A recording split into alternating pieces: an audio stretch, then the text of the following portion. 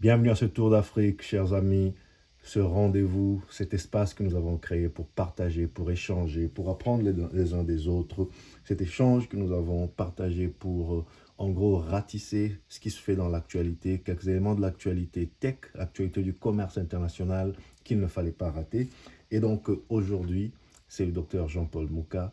Vous êtes bien au premier numéro qui couvre l'actualité plus ou moins datant du allant du 30 janvier au 5 février 2022.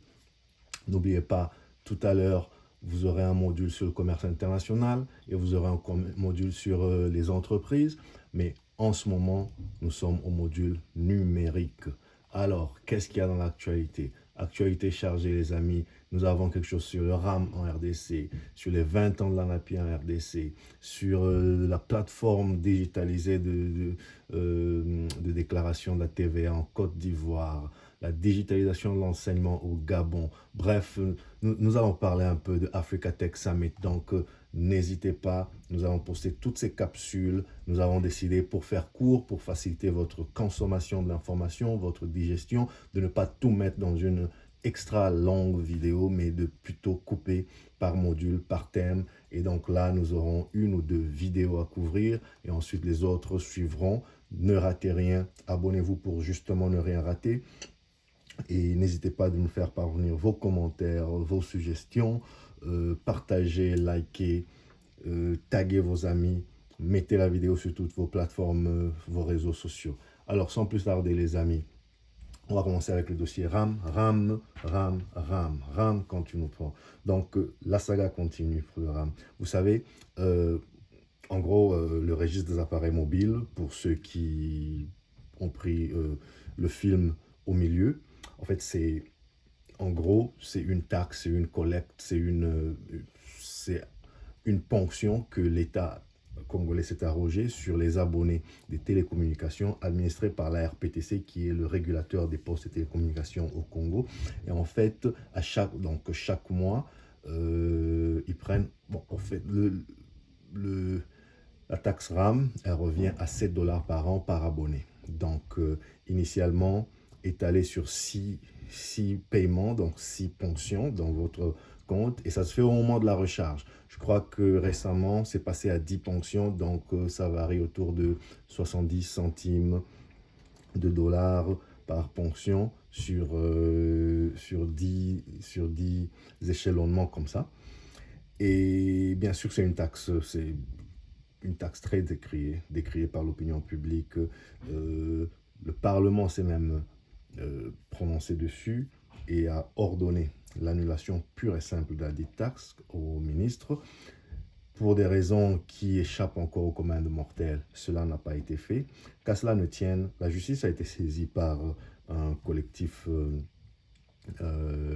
voilà, un collectif de Congolais, donc voilà, ici il y a un bon papier dessus d'ailleurs, je vous le recommande sur dépêche.cd. Donc un collectif d'abonnés des télécommunications au Congo a saisi la justice et la justice s'est prononcée à travers le tribunal de commerce qui a jugé, donc qui a en fait euh, émis une sommation pour que les réseaux, les opérateurs télécoms arrêtent de percevoir cette taxe.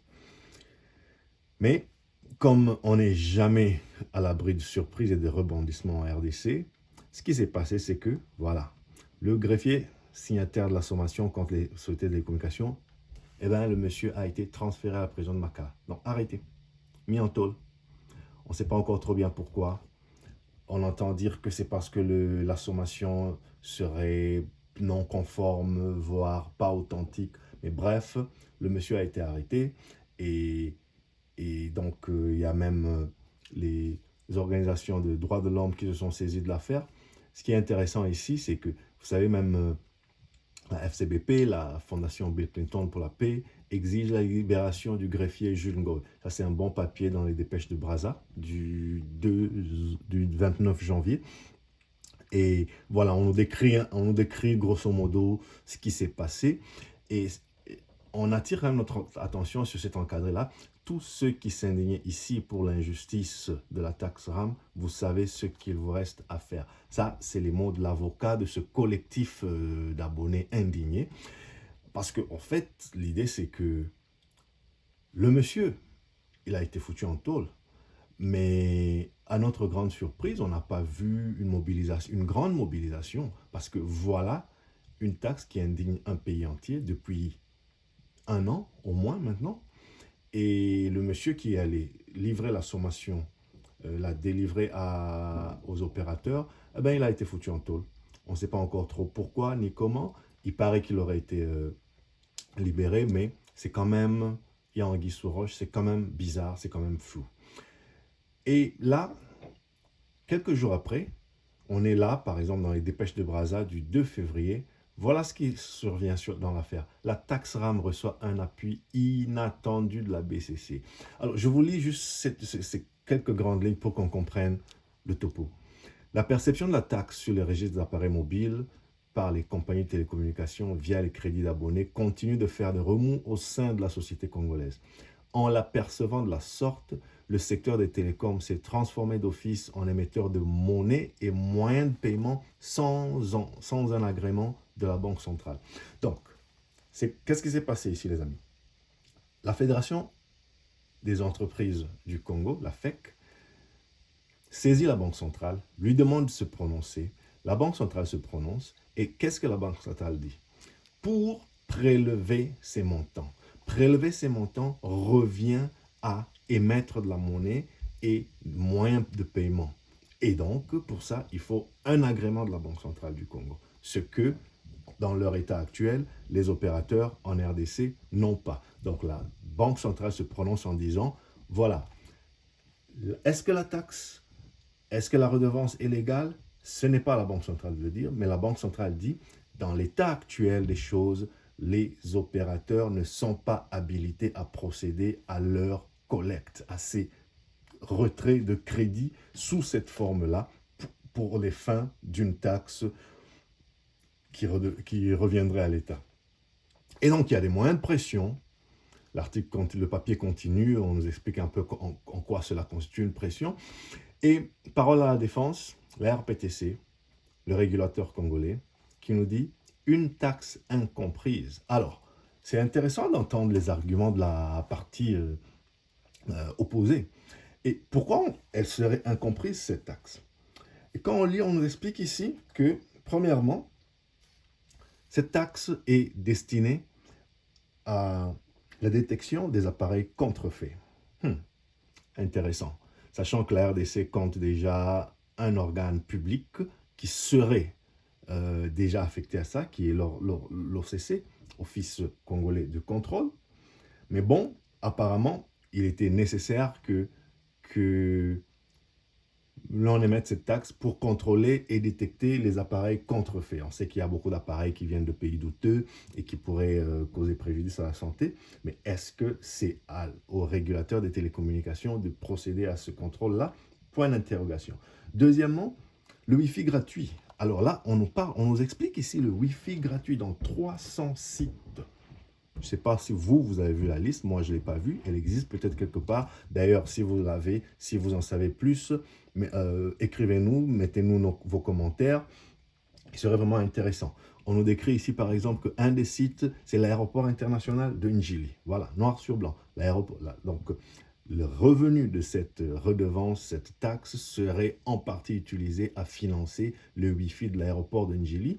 Et on nous explique aussi qu'il faut, c'est pour financer le Wi-Fi dans les sites universitaires. Donc, c'est un peu flou, un peu compliqué, les amis, mais comme toujours, il n'y a pas beaucoup de communication parce que je pense qu'on peut discuter sur les motifs, sur pourquoi est-ce qu'il y a lieu de le faire comme ceci, mais s'il y a 300 sites, publiez les 300 sites, voyons-les, que le public suive l'évolution, que l'on voit où va les fonds, quitte à ne pas être d'accord avec pourquoi les fonds sont prélevés, mais au moins que l'on voit où vont les fonds. Ça, c'est de 1. Et de 2, pour tout simplement des besoins de transparence. Et donc, la saga continue. Et je précise ici, juste en concluant ce papier et avant de passer à autre chose, que la BCC, la Banque centrale du Congo, ne s'est pas prononcée sur la validité de la taxe proprement dite, mais plutôt sur la... Est-ce que les opérateurs, dans leur forme actuelle, sont habilités à procéder à une collecte d'une telle taxe? Cela, selon la Banque centrale du Congo, équivaudrait à être un émetteur de monnaie et moyen de paiement sans un agrément, et donc ce n'est pas légal. Ça, c'est l'avis de la Banque centrale du Congo. Eh bien, on n'a pas vu le dernier épisode de cette saga, donc on vous en dira plus, on suivra, on ouvrira l'œil et le bon, et à bientôt pour plus d'informations sur le dossier RAM. On va fermer